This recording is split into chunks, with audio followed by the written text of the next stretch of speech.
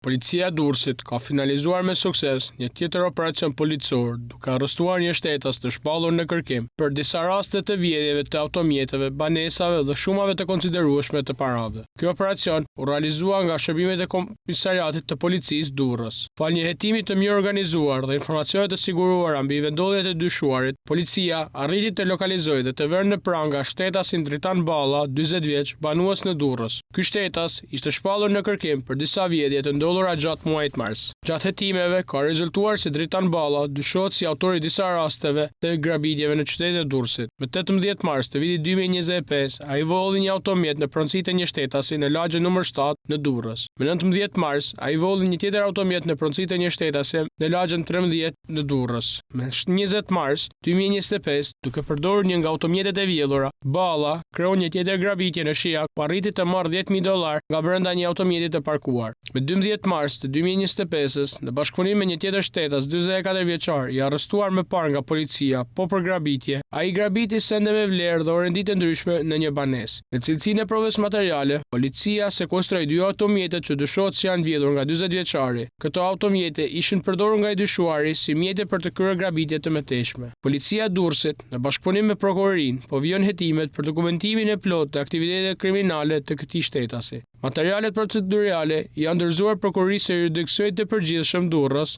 e cila do të kryejë veprimet e mëtejshme ligjore.